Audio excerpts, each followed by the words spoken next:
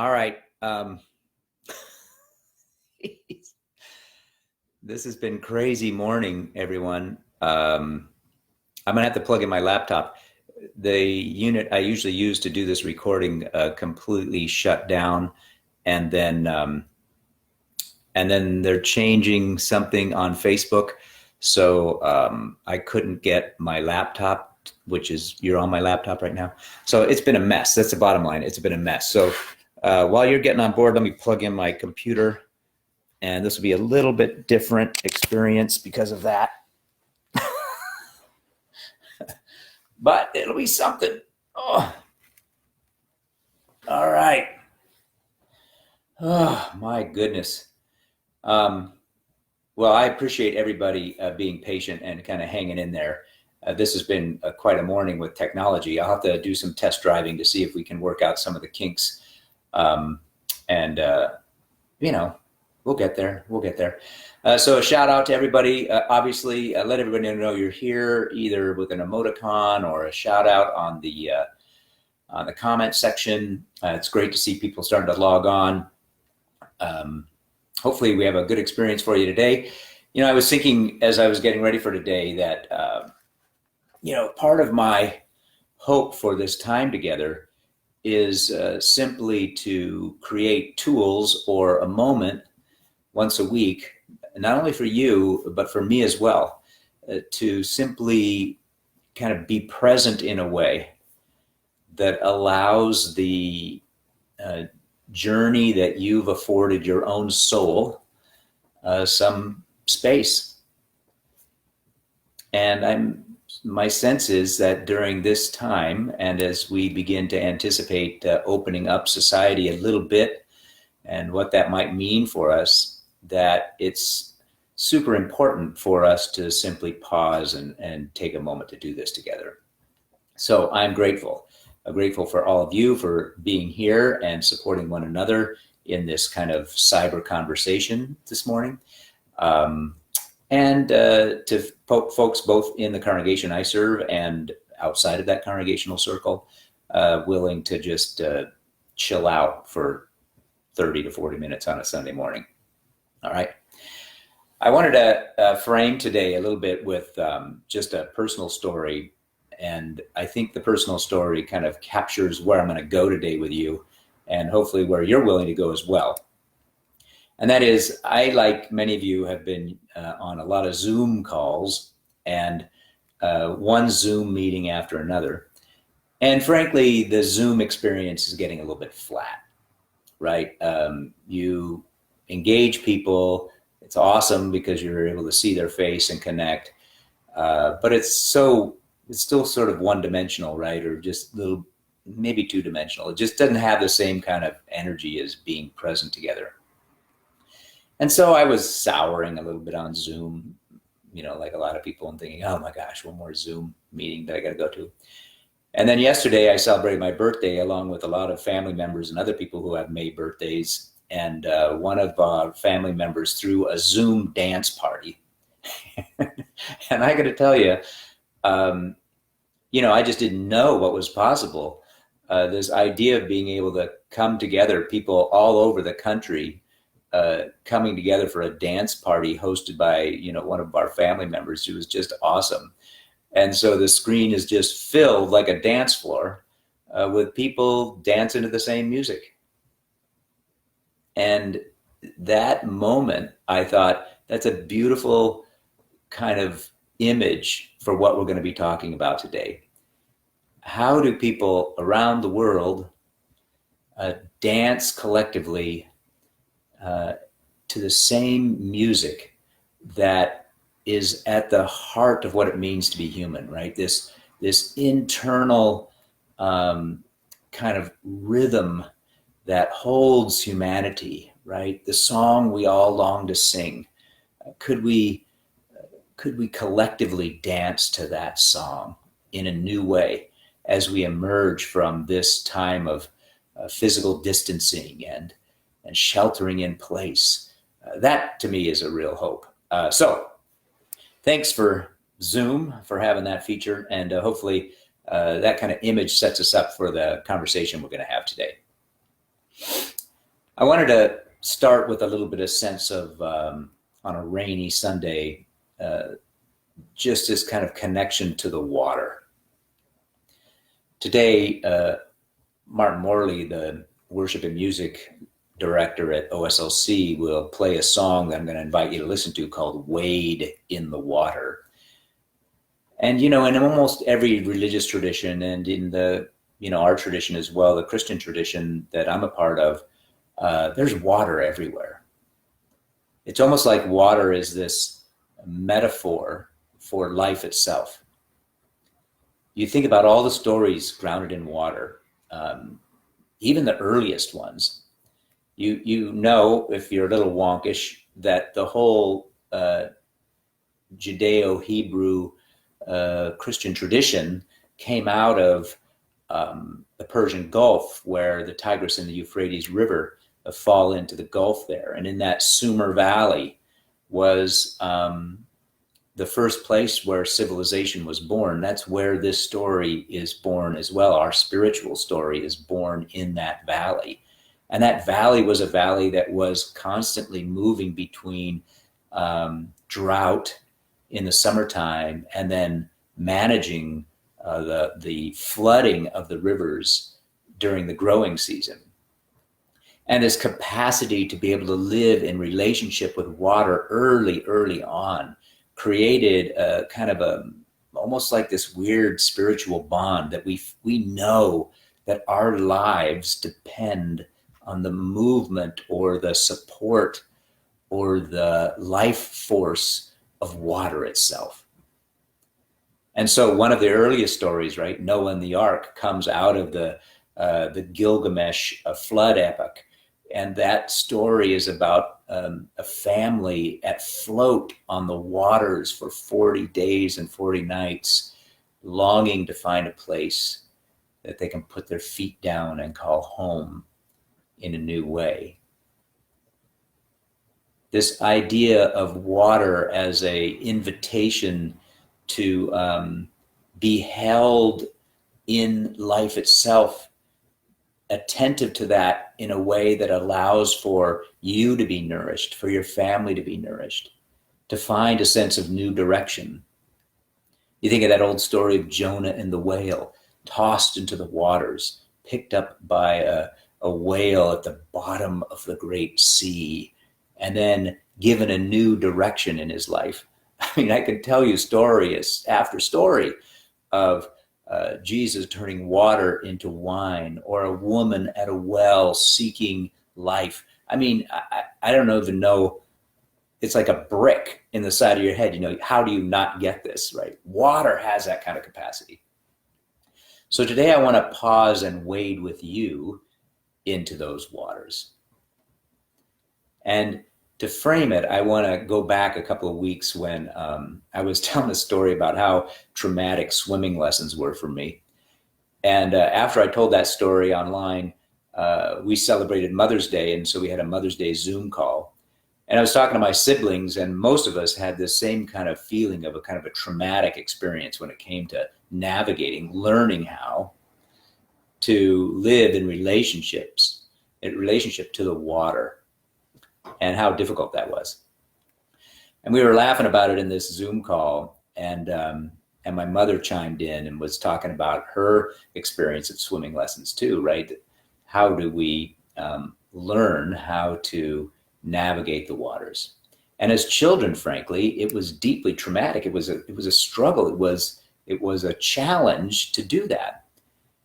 But all of us kids remember the first time that we noticed our mother swimming, and this was probably in the waters at Pinecrest Lake. And when we watched our mother swim, we were invited to see water in a new way. Because while us kids were floundering around, in the water, splashing and trying to not swallow it all and manage our way through that, our mother had this mystical relationship with water.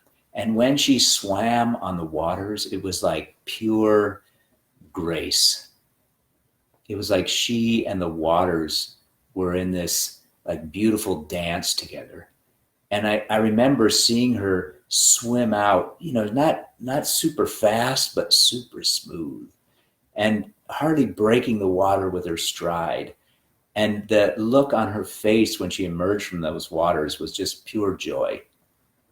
My mother, at an early age, I knew, had mastered this capacity to dance in the waters deep. And as a child, for someone who was floundering in the waters, who knew that waters oftentimes meant threat to life, I also knew that waters held this capacity for these most beautiful, gracious moments. That's what I want you to be attentive to today. How do we live in relationship? If you want to think of it as water, that's great, but water as a metaphor for this gift of life itself. And we know, like we're knowing deeply right now, that there's going to be times when you're gasping for breath, when you feel like your head is underwater, that you're struggling, and that can be part of your reality. And at the same time, that gift has this capacity to hold us all so gracefully and beautifully. I remember an old line that Paul used in sort of informal religious language. That line goes, "It is by grace that you are saved." And that's a lot of religious language in there, but if you break that down, what it really means is that, to me anyway, that life is just pure gift that sustains us all. We don't construct or build or manufacture or put life together. Life is this sustaining capacity to hold all of us, and we gratefully find ourselves resting inside this gift. That's where our lives find their true meaning and purpose. We are saved out from that relationship to that gift. And the word saved is really the word salvus, which means like salve, like health or wholeness. It is this invitation to rest in this gift in a way that brings ultimate harmony and peace, that we find our balance capacity inside the sustaining power of life itself. In Buddhism, there's this great story as well. The Buddha, I think it was his last sermon, was called the Flower Sermon. And the Buddha pulled a flower from the mud. I think it was a lotus flower. And his final sermon, rather than talking, was simply silence with his followers, holding a flower that had drawn all of its beauty out from the wet soil and the mud. Connected to the source of life, it blossomed with beauty. Buddha just sat there and said nothing, because it was all held in this gracious expression of life. And as the story goes, as one of the Buddha's disciples awakened to that truth by being present with the flower, the Buddha handed him the flower and passed on the tradition. Isn't that a great story? It's a story I'm going to end with today as well. This idea of how do we see in the gracious gift of life itself a way towards place, maybe purpose, collective harmonization, so that we're all singing our songs in a way that bring us together as one. I mean, all of that coming out of that great gift. We all live out from that gift of grace together. So today, a moment to wade into the water, which is this great metaphor for life. To do that, I'm going to let you rest in the waters today. I have a bowl of water today, and I'm going to invite you to simply pause And as I fill the font,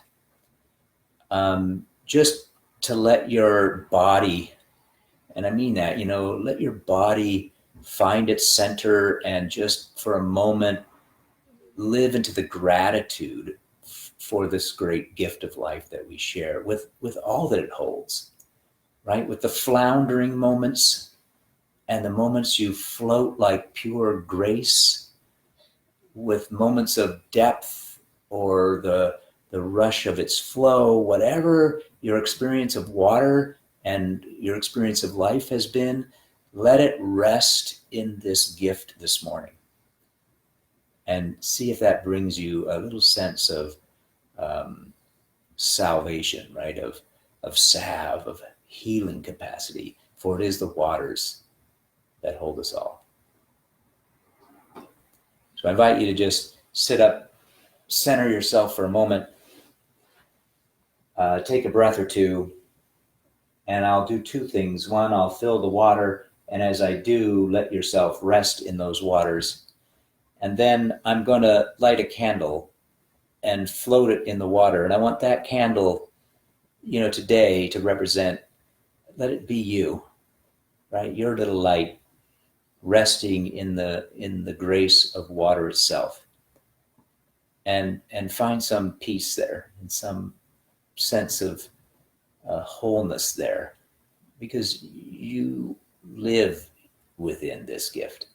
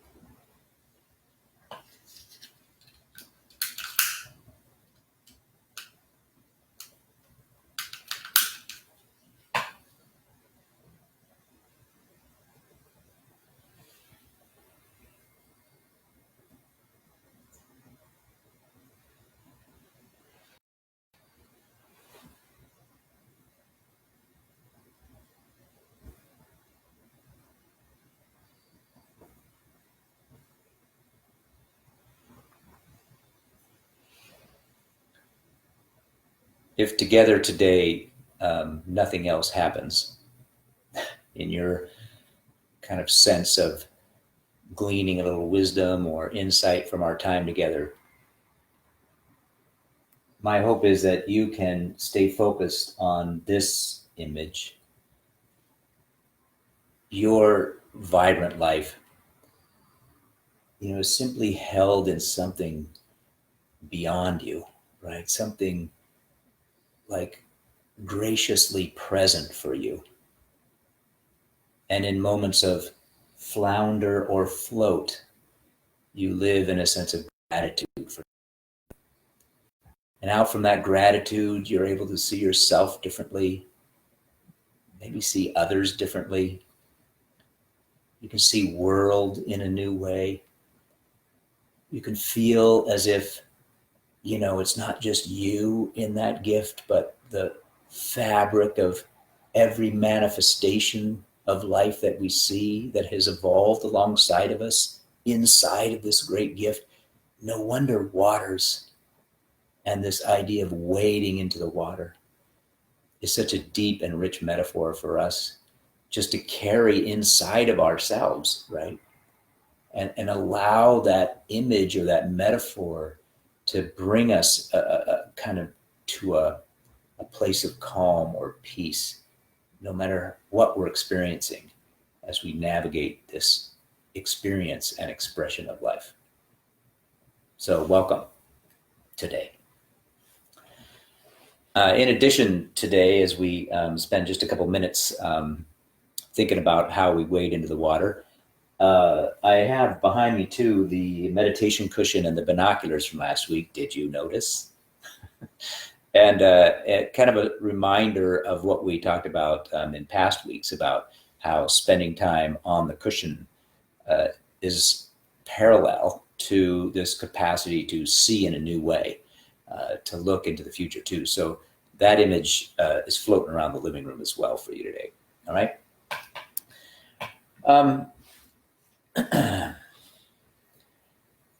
Today I want to just pause for a minute and kind of link back to a tradition that we have in our congregation. And this Sunday has traditionally been the Sunday where our 8th grade students who've been taking swimming lessons now, sometimes in our congregation, but sometimes in other faith communities, or in their capacity to kind of be aware of how God moves in the world. This is the Sunday when they get to stand in front of the congregation and share a little bit about how they see God stirring in the world and in their lives. And that affirmation of their faith, or the way in which they construct their faith, is a way for us to celebrate how they have been kind of crafting their own faith journey. It's a wonderful Sunday together. And of course, we're not able to do that this Sunday. But one of our students, Christina, was able to finish her project that she would have presented this Sunday, while the other students are still working on theirs.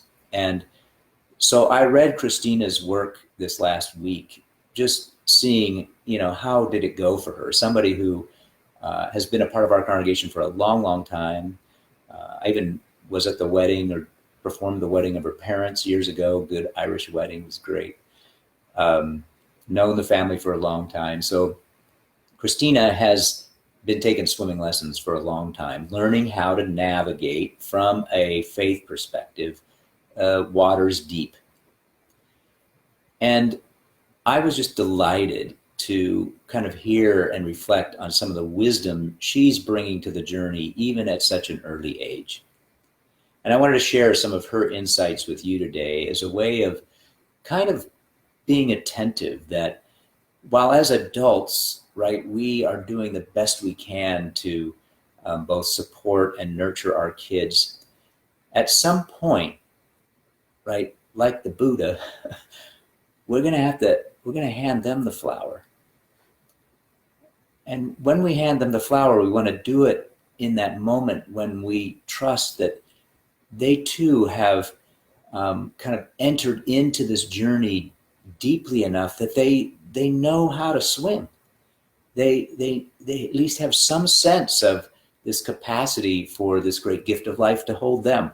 And so this is sort of a passing of the flower moment, a Sunday like this. So let me give you a couple of insights into Christina's perspective.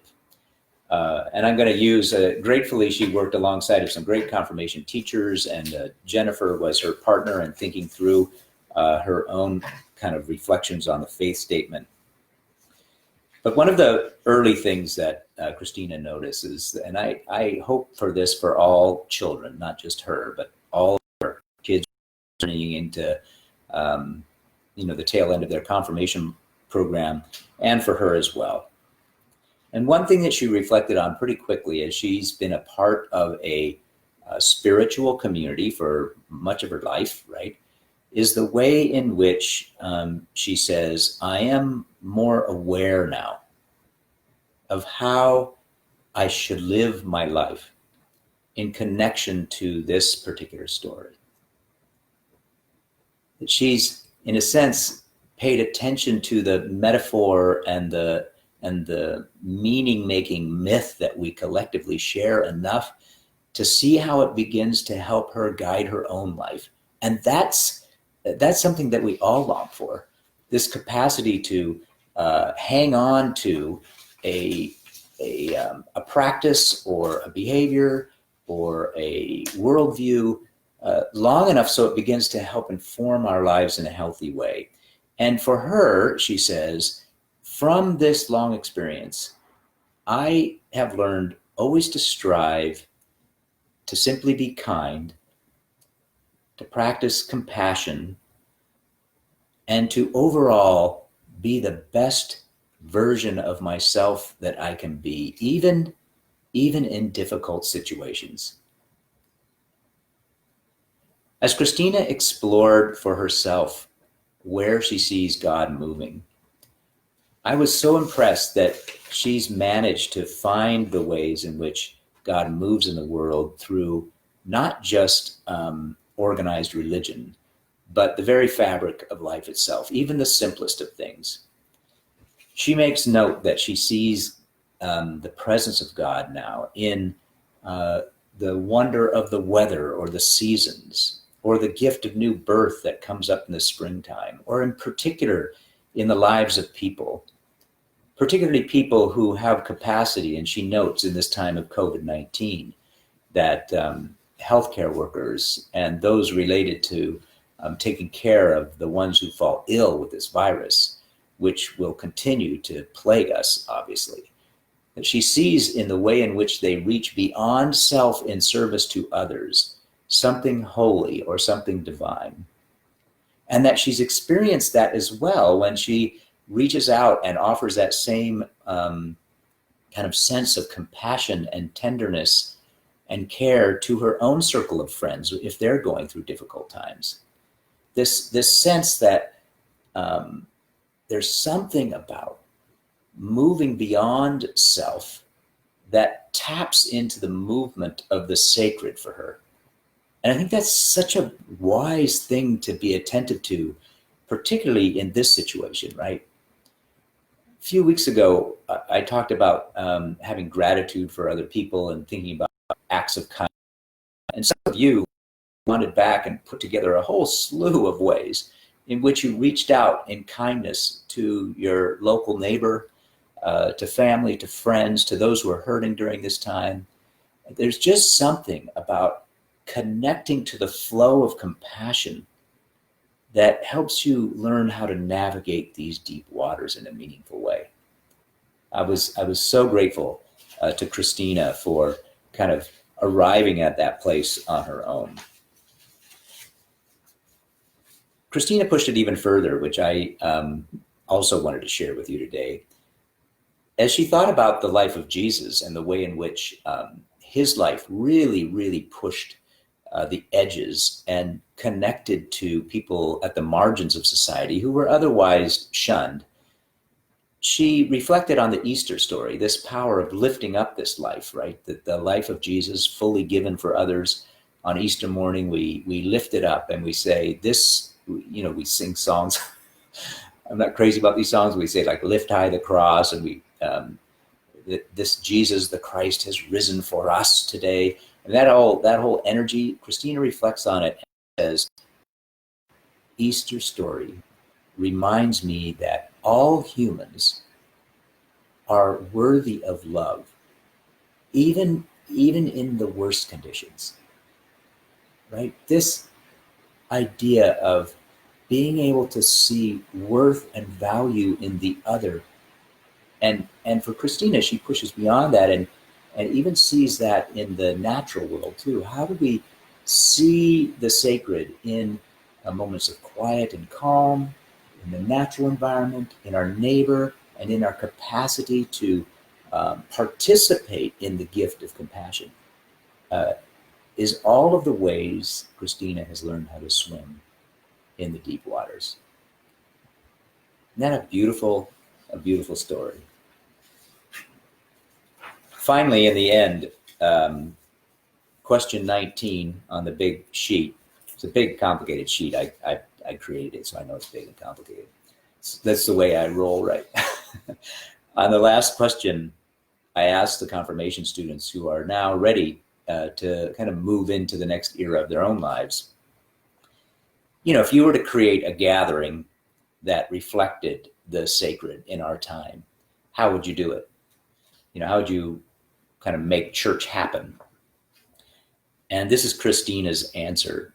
And I want to read this to you, but I want this to, in a sense, be your way of feeling how the waters might work in our time. The waters. If she was to create church, she would say, all would be welcome into a celebration of life.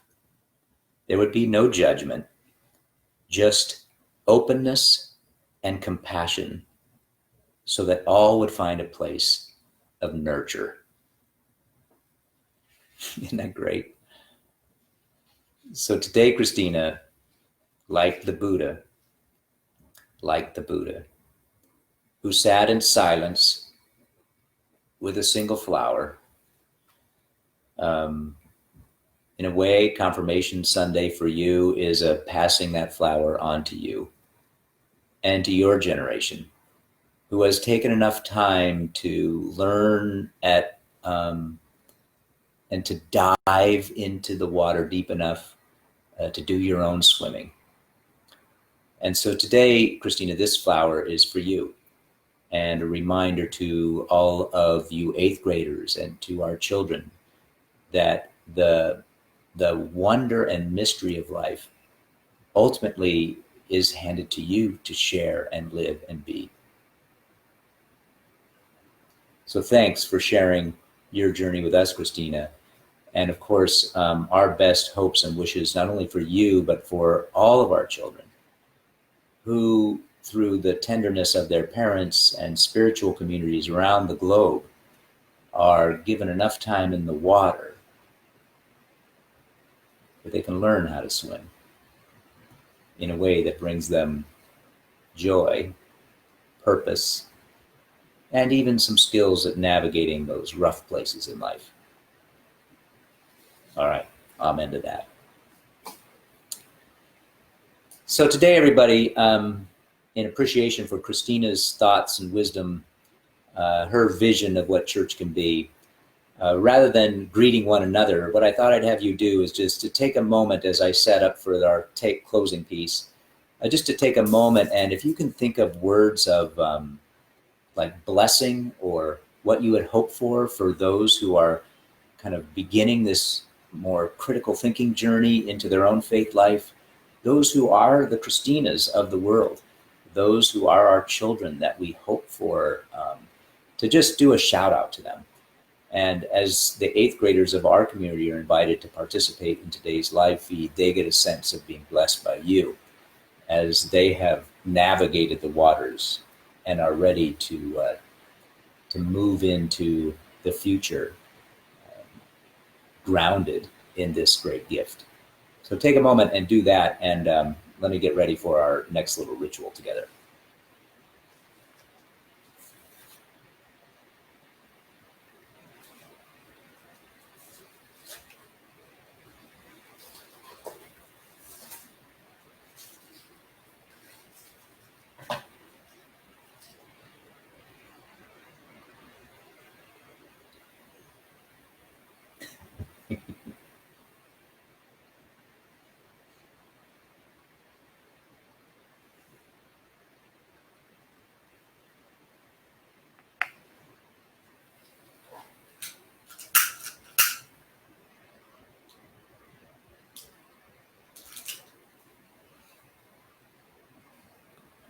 All right, welcome back. I didn't notice when your candle went out, but it did. So let me close today, in a sense, by kind of inviting you as well to not only remember and live with gratitude for this great gift that holds us all, to be attentive to the way in which it holds every life, not just your own, and to know that you are, you are invited to discover your whole self and the whole community of selves, that extends beyond human life, this whole network of self held within this gift. And as you go today, I too want to, in a sense, pass on the Buddha's flower to you. And as I close with a blessing for you today, I'm going to float the flower in the water alongside of your candle, just as a simple reminder that the gift of your life, shared within the wider gift of life, it can also be that place where the wisdom of your own faith tradition the wisdom that you have gleaned along the way, the wisdom that comes to you, or the insight that comes to you as you spend time on your own spiritual cushion, right? Attentive to your own soul, that journey